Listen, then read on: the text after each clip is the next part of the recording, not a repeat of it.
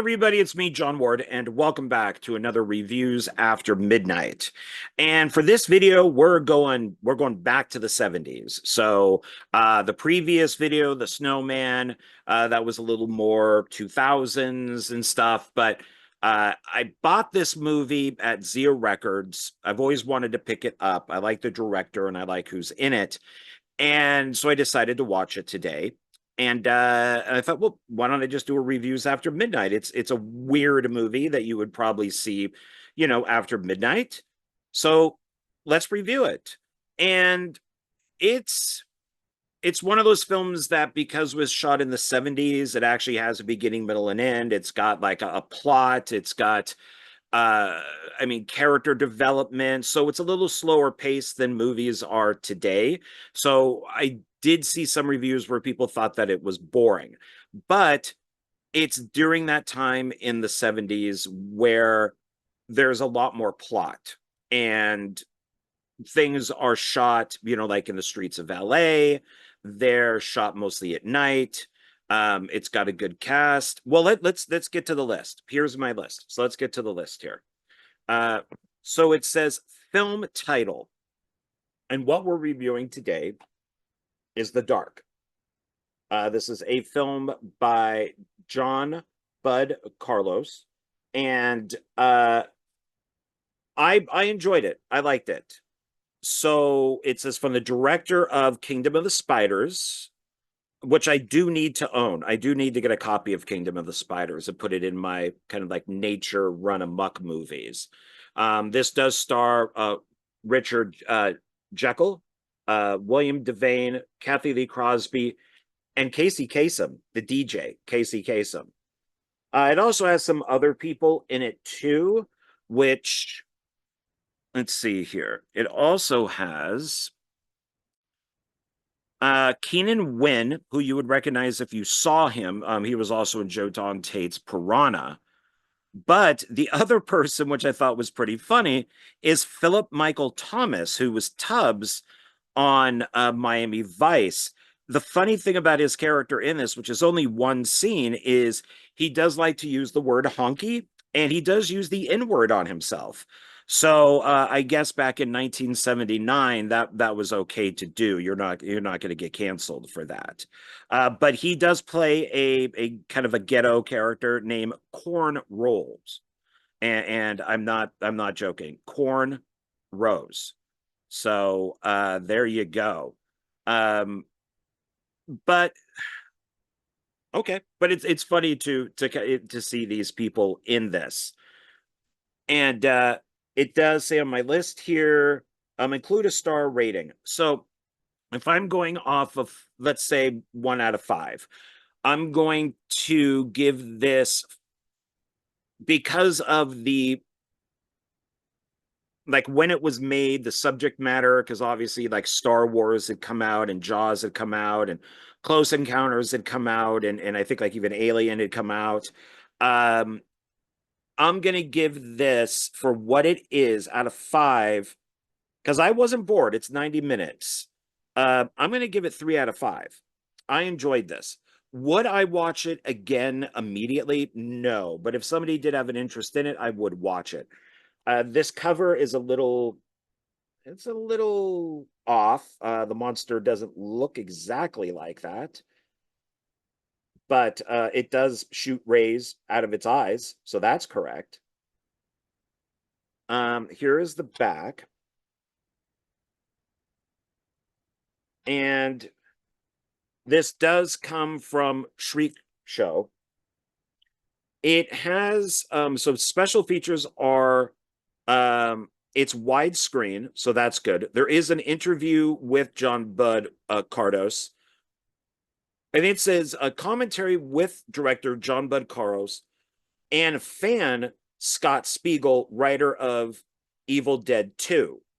There's a third person on this audio commentary. There's an introduction from Scott Spiegel and John Bud Carlos, and then it goes into the movie with the audio commentary, and there's a person named Walt who's also there. I only listened to about 5 or so minutes of the audio commentary.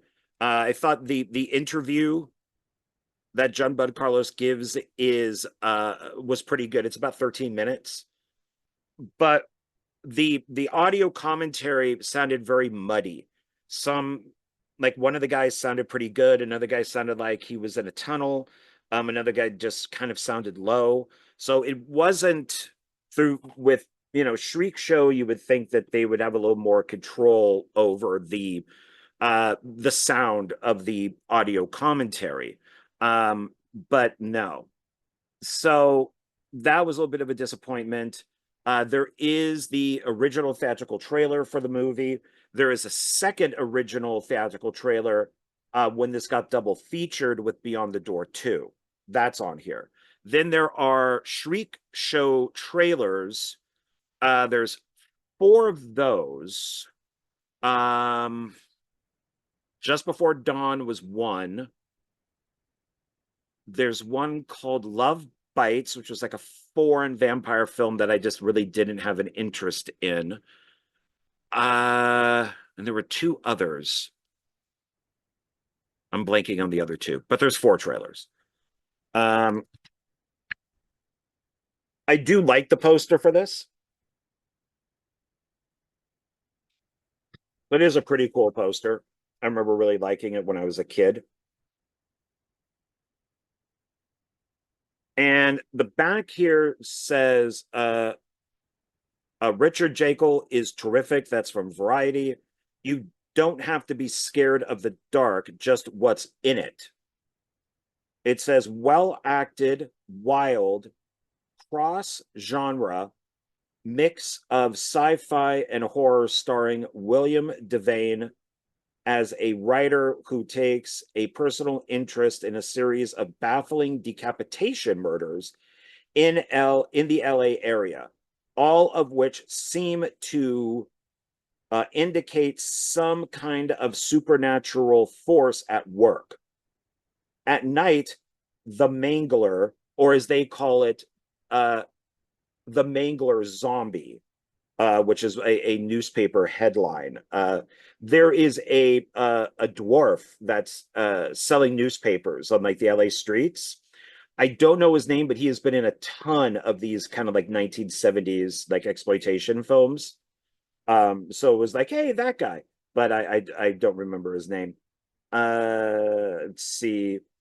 Okay, the Mangler stalks the streets of Los Angeles, killing and mutilating one random victim every night. Nice thing about that is that it's just not women. It could be a woman, it could be a guy, it could be a white guy, it could be a black guy, it could be a white woman, it could be, it doesn't matter. The killings are just random. So it's nice that the filmmakers didn't just target women, but they targeted a little bit of everybody. Let's see, every night. Also on the murder trail is a TV reporter, Kathy Lee Crosby, and a police detective, Richard Jekyll. But despite their efforts, only a mysterious psychic, Dee Renzi, Jacqueline Hyde, knows what the killer really is and how to stop it. So one of the things, well, let's get into the, so it says here, what did you expect from the film? I probably saw this as a kid, sometime on late night TV, I'm guessing. It's rated R on here. Uh, it kind of has, oh, it's also produced, that's right, by Dick Clark and Igo Cantor. So that was pretty cool too. I know I probably saw this when I was like 10 or something, or 12 on late night television. There's no nudity in it. I don't think there's any swearing, but there is violence. So maybe they cut out some of the gore, but maybe late night, maybe they didn't. But I think probably at some time I did watch this. It's 90 minutes, so they probably put it into a 2-hour time slot with a buttload of commercials. But what did I expect from it?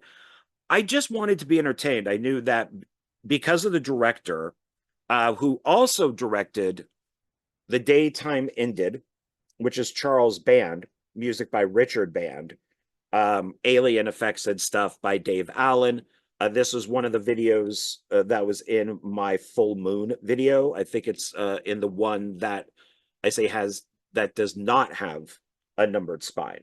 So we looked and talked about, I think it's Jonathan Moody and I talked about this. This is an awesome film, but it is directed by uh, John Bud Carlos. So, oh, that's right. And Steve Neal, he did the makeup and stuff for this. Steve Neal, well-known effects artist from like the 70s and the 80s. He also did work in my favorite Alien ripoff, Forbidden World. Um, so he directed this, which is pretty cool. He also directed one of my all-time favorite zombie movies, Mutant, which was the original title for Forbidden World. And they had to change it from Mutant to Forbidden World because these came out around the same time. This is a widescreen edition. The seed is planted, the nightmare grows.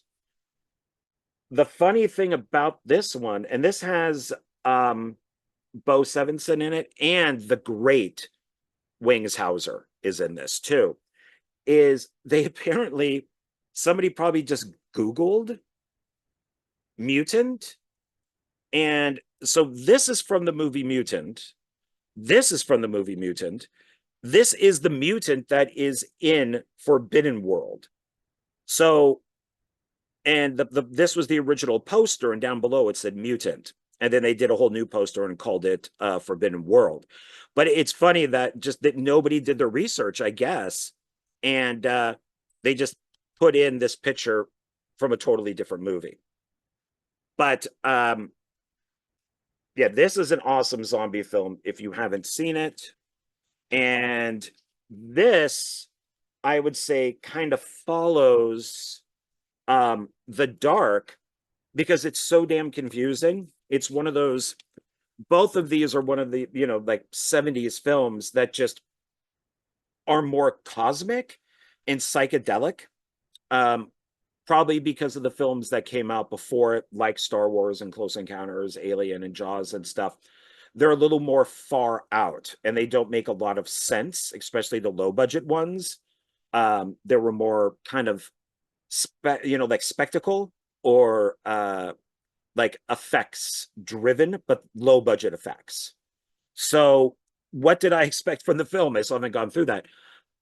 I knew that it might be a little boring because of what I read. I wasn't bored, but it does take its time. It is the 70s.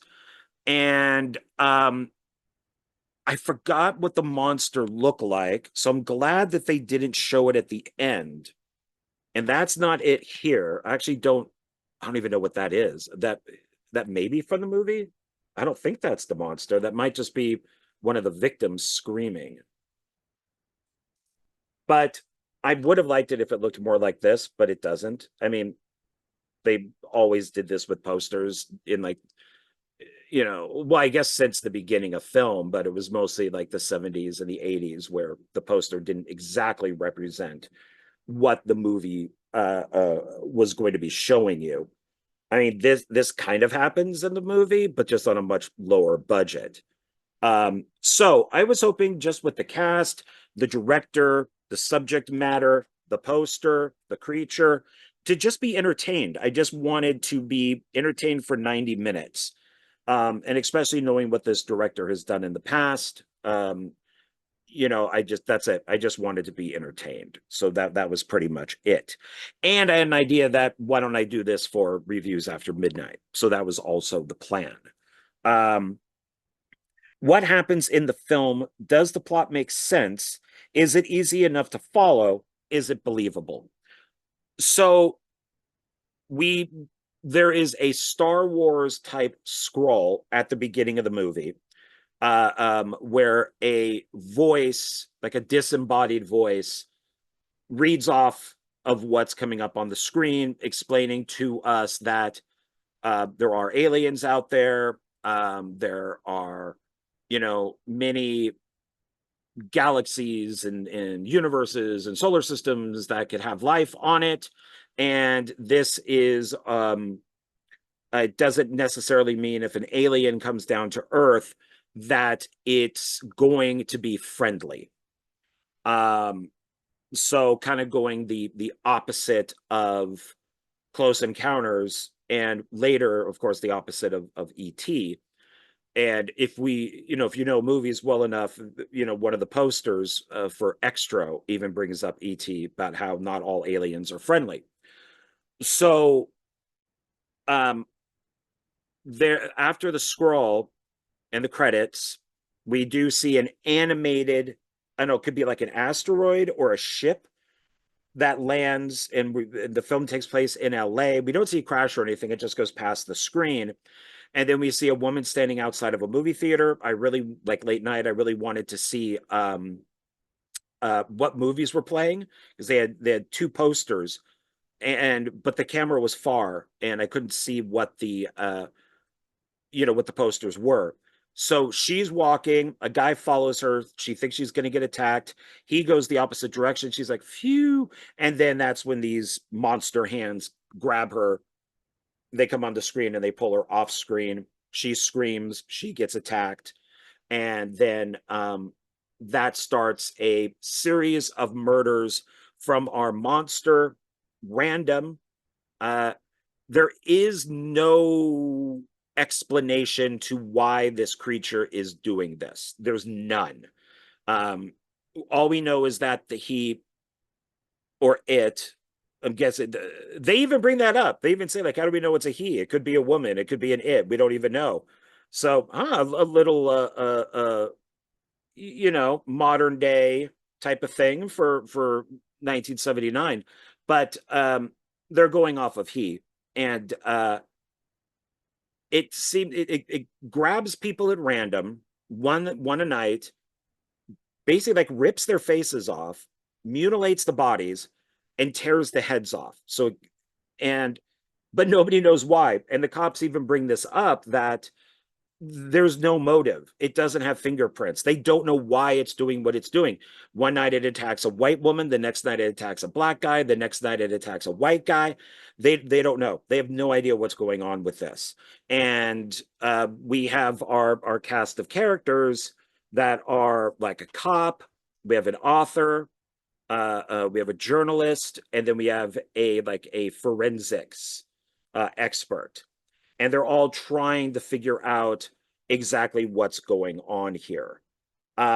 So does it make sense? So that's pretty much what happens in the film, and they're investigating what goes on. The ending is crazy. The last 10 minutes are the best thing in this movie. It is Star Wars Close Encounters type craziness, with light shows and explosions, and it's pretty crazy. So, that's pretty much what happens in the film. Does the plot make sense? Sure, sure. Is it easy to follow? Sure. Is it believable? Sure. Because they don't give very detailed explanations to anything, because there's just nothing to go off of. They could only go off of a psychic, and what this psychic tells them is there's going to be a possible like an actor is, and I do like that they bring Hollywood into this, that they bring acting into this. Kathy Lee Crosby is a reporter for a news station, and she wants to get out of just like reporting on beauty pageants. She wants to do something more serious, and so these murders are her way of doing that. You get it's great seeing Casey Kasem as like a regular character. And William Devane is the first woman that's killed in this, is his daughter, and he's a writer, but I think he has like a pseudonym. So in the credits, he has two names. So there's his actual name, and then the name that he puts on his books, which Kathy Lee Crosby mentions are violent books, like she doesn't appreciate them.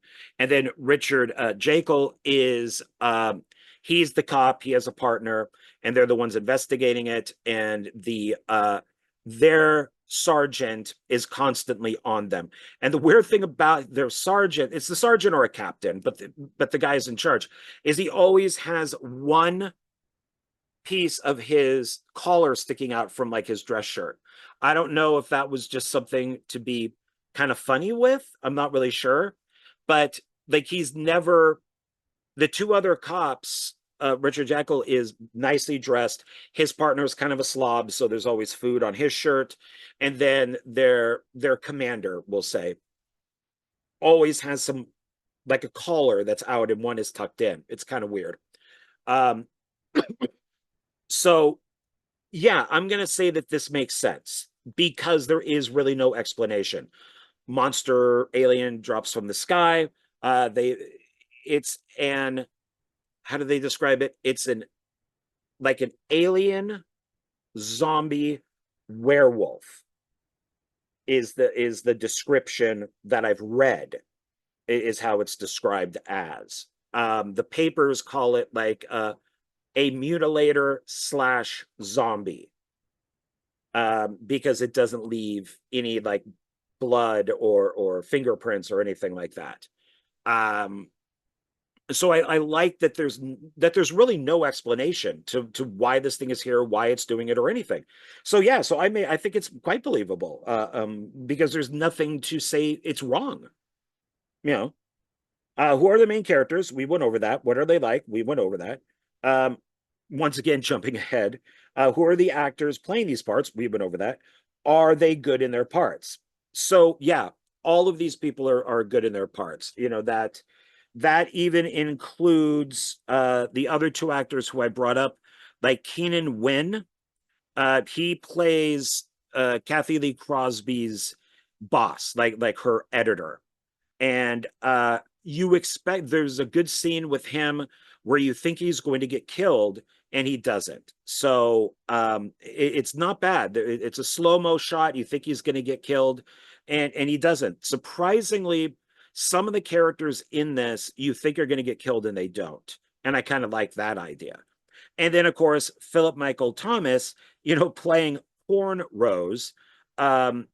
He I was a little shocked to kind of hear his dialogue, especially with how things are handled today. Um, but he was even, he was fine in his role, and he only has the one scene. So Casey Kasem, yeah, he's a pathologist. I thought he did fine, and people know him as a DJ. He's famous for being a DJ, and I mean, there's other people in this too that like Biff Elliott, who plays Richard Jekyll's partner. He's Detective Jack Bressler. Oh, they do have on here. So I don't think in the credits in the movie they name the actor, but it's John Bloom as the Dark. So he actually has the creature has a name, the Dark. What else has John Bloom done? Filmography. I'm looking on Wikipedia. So he did a movie called Up Your Alley, The Two-Headed Transplant. Oh, Brain of Blood is one of my favorites. Dracula versus Frankenstein. That makes sense since the director of this did work with Al Adamson a lot. Hard on the Trail, Angels, Wild Women, The Dark. The Hills Have Eyes Part 2. He's the Reaper. Oh, sweet. Bachelor Party, Tom Hanks. Okay. Runaway Train. Okay, that's John Voight. Harry and the Hendersons. He's Feet. Maybe he's the Feet. Okay, I don't know what Feet is. The Great Outdoors. That's with Dan Aykroyd and John Candy. Star Trek 6, The Undiscovered Country. He's Behemoth Alien. And then a film called Frozen Assets with Shelley Long. Okay, so he started acting in 71 and ended in 92. That's pretty much looks like he died in 99. Yeah, he stands 7'4". He is most famous for his roles as the Frankenstein monster in the low-budget horror movie Dracula vs. Frankenstein. He remains the tallest actor to ever portray the character and the unfortunate recipient in the incredible two-headed transplant. He also had a role in The Dark, played Milt in Bachelor Party, The Reaper in The Hills Have Eyes 2. He had minor roles in Harry and the Hendersons, Star Trek VI, The Undiscovered Country, and played the blacksmith Tiny on the TV series Paradise and Guns of Paradise. Bloom died of heart failure brought on by his immense height on January 15th, 1999, at his home in the city of Los Angeles. So, okay. Because I was curious about him when I was watching the film. I don't think he's listed in there unless, yeah, because I don't think they call him the Dark. So, okay. All right. So we just found out a little bit of history on that. Let's see. What is and I think everybody did a good job. I don't think that there was any bad acting in this whatsoever. So, who are the main characters? What are they like? Who are the actors playing it in these parts? Are they good in these parts? They're all very good in this film. They really are. This is the 1970s. I mean, you're not going to find a ton of bad acting in like 70s movies. So, because a lot of these guys are character actors, and they'll go from a horror movie to a comedy to drama, back to horror to science fiction to doing a stage play. I mean, that's just what they did. Or doing a commercial for coffee or cigarettes. And yeah, there is a smoking like billboard in this, and one of the characters smokes. So back in the 70s, that was not a big deal. What is the camera work like? If there are special effects, what are they like? Are there beautiful scenes? Are there moments when the camera is used in an interesting way? So I've noticed with this film, with The Dark, and also The Daytime Ended, I'm going to assume the same thing with Kingdom of the Spiders, from what I remember. I'm going to see about picking that up soon.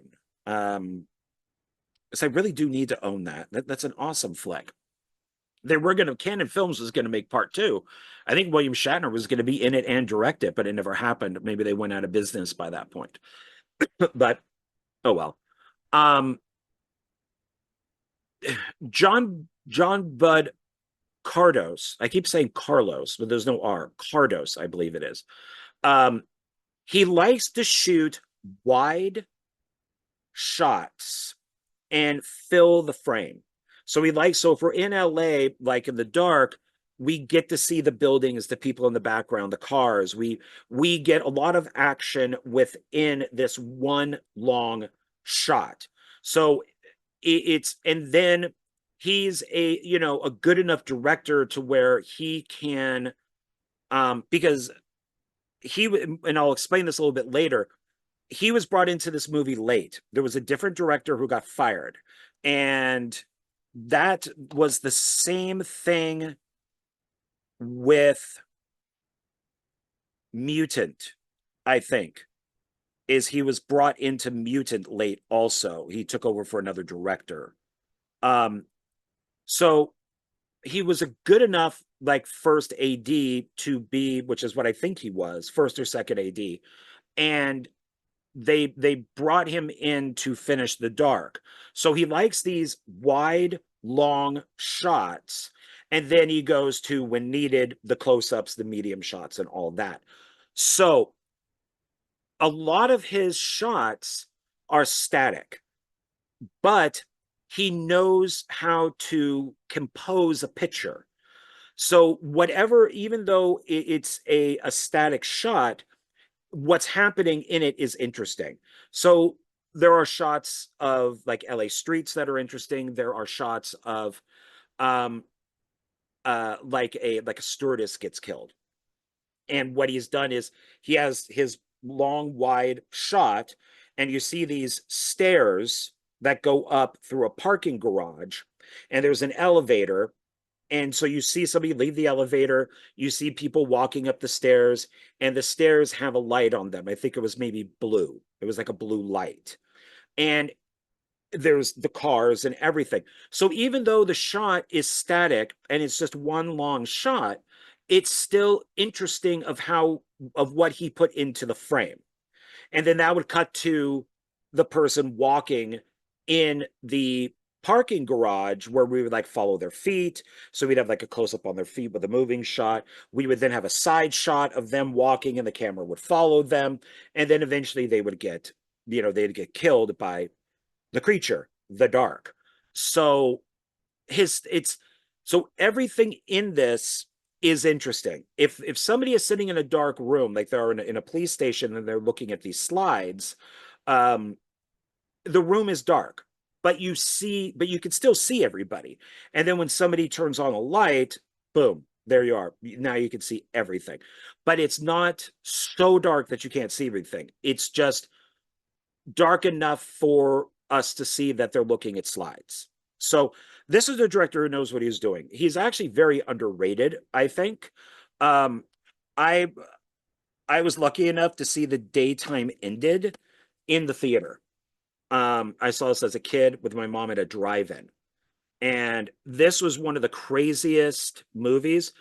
It might be best to watch this high or drunk because this movie makes no sense, but it is frigging awesome.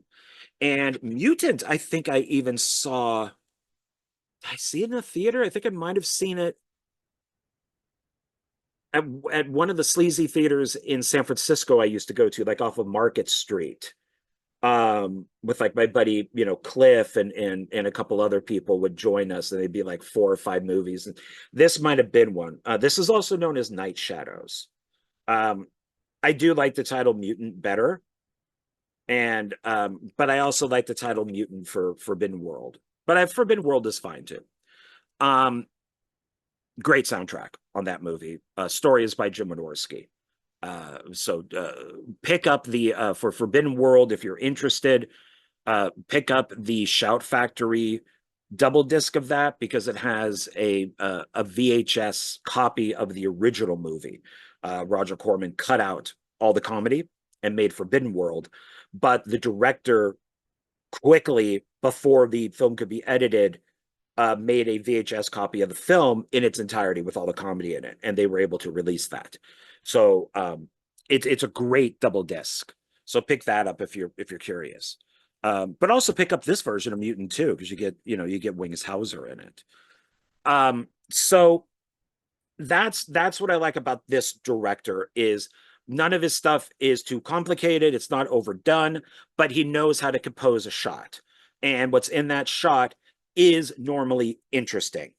And when he does shoot at night, because a lot of the film does take place at night, you can still see what's going on. And I did go back for a few scenes to see the action again, because I'm just like, wait, did that guy just lose his head? And there is a guy, and this is also something else that I like too. Speaking of characters, is we do slightly meet each person before they're killed. So this one guy is in a bar talking to his friend. We've never seen him before. We have no idea what his name is. And he leaves and he's walking down the street, and the creature attacks him, throws him through this big wooden fence, goes and grabs him, and you can hear this kind of cracking, and then throws the body in. And it's in a wide shot. And I went, wait, is his head missing? And I went back, and yeah, his head's missing. So the close up was the guy going, ah, and then we hear the crunching, and then there's the wide shot of the creature throwing his body without the head.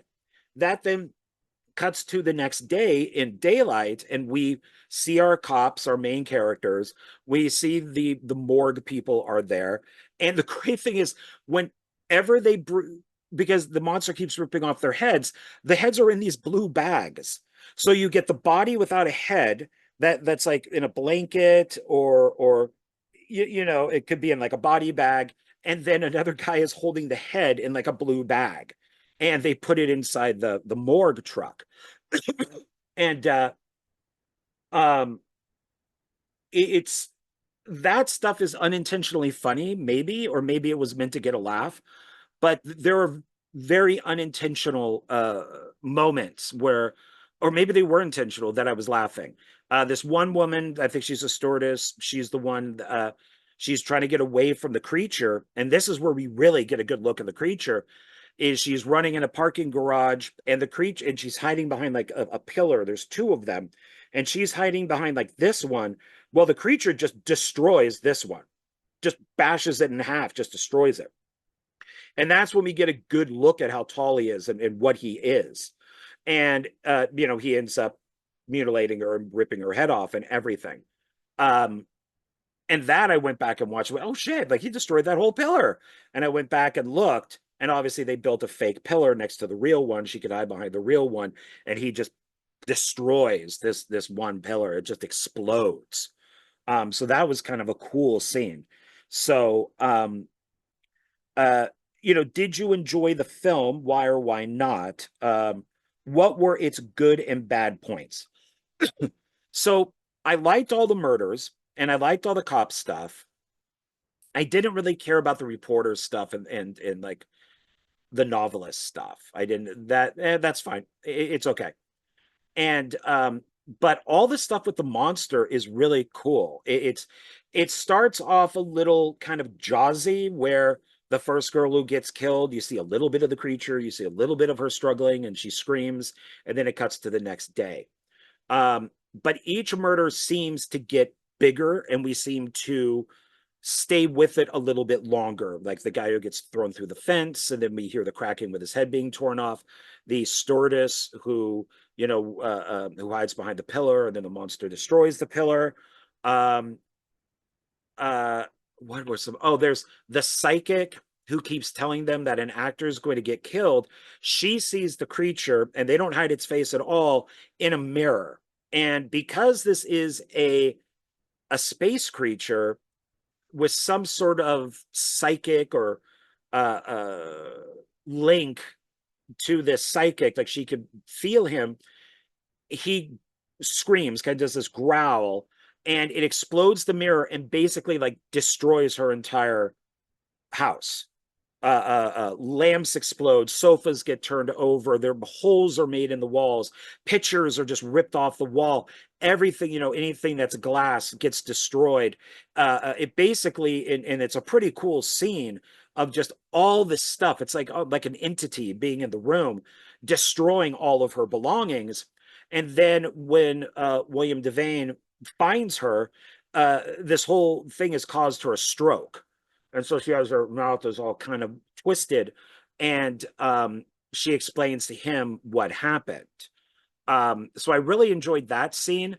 The ending I really liked because the last like 10 minutes, the our cops, our journalist, our writer, all find the creature in this like abandoned building, and the cop calls for the other cops to show up. They show up, and it basically this creature, when it kills people, also lasers come out of its eyes, and these are very Star Wars looking lasers, but just cheaper. And when they hit, there's a stock footage explosion put in, which is very stock footage. I mean, it really does look like the Death Star explosion. They just removed the Death Star and kept the explosion. So its eyes would like pew, pew, pew, pew, pew, these lasers, they would hit a cop. The cop would fly, bounce off of a wall, and then explode with this stock explosion. And I thought that was really cool because a lot of that type of stuff is done in this. Um, and I really liked that. I thought because it just looked so 70s, and it looked so, I believe at the time, it was a blue screen that was used. It was later that a green screen was used. It looks very like blue screen or green screen filmed. And this creature, the Dark, just keeps wiping out these cops. He either explodes them on contact, or hits them with the lasers and they die, or the lasers hit them and they fly up in the air and explode. It's hilarious. Our main cop's partner, sadly, he does die. The guy tries to save Richard Jekyll, and he's bashed through a door and he dies. So, spoilers, I guess. But you know, which we get to know him. We kind of like him. He's not a bad guy. He's kind of a doofus, but he's a nice guy. And the creature keeps getting shot. They keep shooting him. And how do they kill him? Shooting, shooting. I'm not going to say, even if I can remember it, it's so weird that I'm forgetting how he dies. I do want you guys to see this. So I'm not going to say, obviously they killed the creature. And this isn't something like it's set up for a sequel because this is, like the late 70s. And so I don't, even though we did have sequels out, I don't think that they were planning on doing a sequel to this movie. It was just Star Wars is big, Jaws was big, because they do mention a shark in the movie, that the creature's like a shark.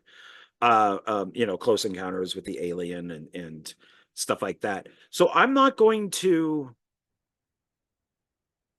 like I said, even if I could remember, tell you how the creature dies. It's a great last 10 minutes. I really enjoyed that last 10 minutes. Let's just say, unless another creature comes from out of the sky, I don't think that they would be able to make a sequel. But the creature's death is fine. It's good. And this is available on, I think you can watch it probably on Tubi. You could probably watch. I think that I did see a copy of it for free on YouTube. Um, but let's see. So what else does it say? Did you enjoy the film? Why not? Are there good and bad points? I don't really think there were any bad points. No, I think it was fine. It was good.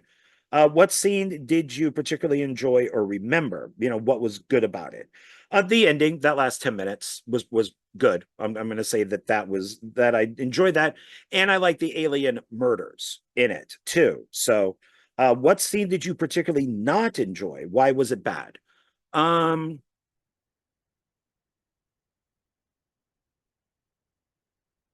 I don't know. I can't really think of any. I think that they were all fine. It was a for younger people, maybe these days they might find it boring. But for somebody my age who grew up with these types of movies, especially in drive-ins and late night television, um, it's paced fine. It's what it is. One of my favorite films from around that time period is The Hearse, and I absolutely love The Hearse. Um, but I think a lot of people now would probably find it boring. I don't. I really enjoy The Hearse. So, um, would you recommend this film, and to what type of people and why?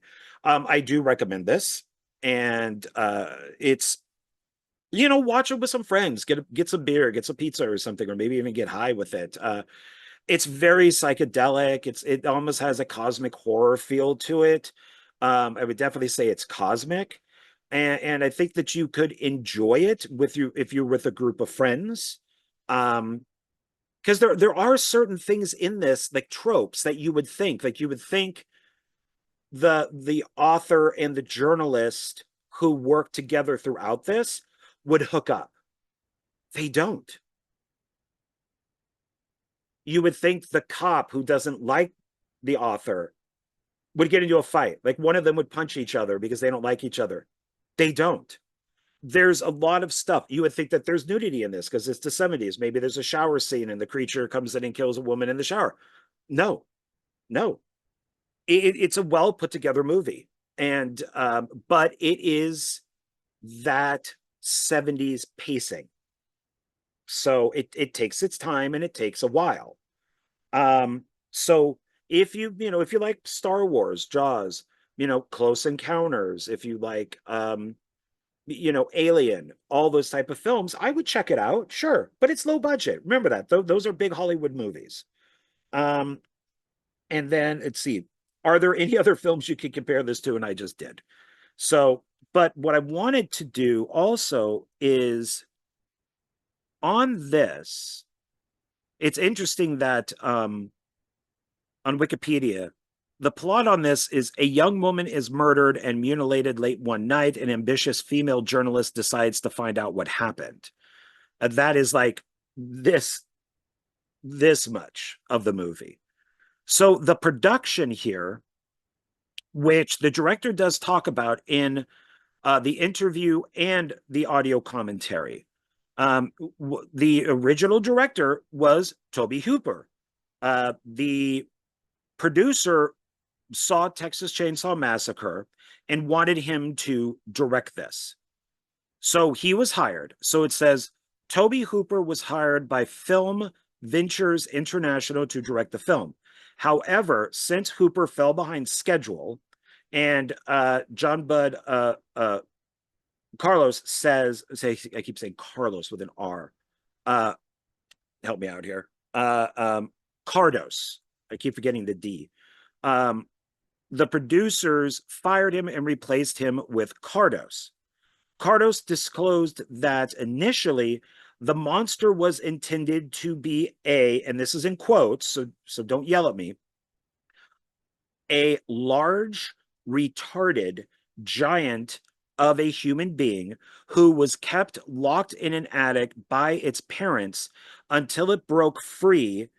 But halfway through production, the producers decided they wanted the monster to be more electronic in nature and shoot laser beams from its eyes.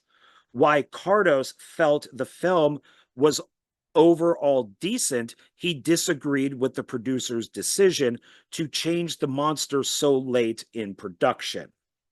Roger Ebert awarded the film 1.5 stars, and Den of Geek awarded the film 2 stars out of 5. So it's and it looks like this was originally released on VHS by Media Home Entertainment in 1982 and 1985, and now it's Shriek Show. So I'm actually going to disagree with the director here. I think what the film turned out to be is exactly what it should have been. I don't think I would have enjoyed it if it was and I'll leave out one word here, a large, well, I'll say a large, mentally handicapped giant of a human being. He does mention that the house burns down, killing the 2 parents. The creature then, escapes, but becomes, he's like indestructible. So fire and stuff does not hurt him. And now I remember how he dies. Okay. Not going to say anything still. Now I completely remember. Okay. So I don't think I would have cared as much if this wasn't an alien creature, like an alien zombie, mutant creature that is coming down and killing people for no reason at all. I don't think I would have liked the movie as much. So while these people, Roger Ebert gave it 1.5 and Den of Geek gave it 2, I'm giving it 3 out of 5 because I found it entertaining enough and I can recommend it enough that I do think people, should watch The Dark. So there you go. That's my review for The Dark. And I hope that you check it out. So it's up there with some other films like Slithis, which was a environmental kind of like toxic waste movie. It's up there with those type of things. Bog, which was about the swamp kind of Bigfoot creature. It's like that type of stuff. If you enjoy these 70s kind of slow paced horror movies or science fiction movies, that focus more on like character and maybe less on blood, but do have some spectacle, I think that you would enjoy The Dark. So, okay, there we go. That's it. That's my review for The Dark. Thank you very much for joining me, and I will see you on the next Reviews After Midnight. Okay, bye.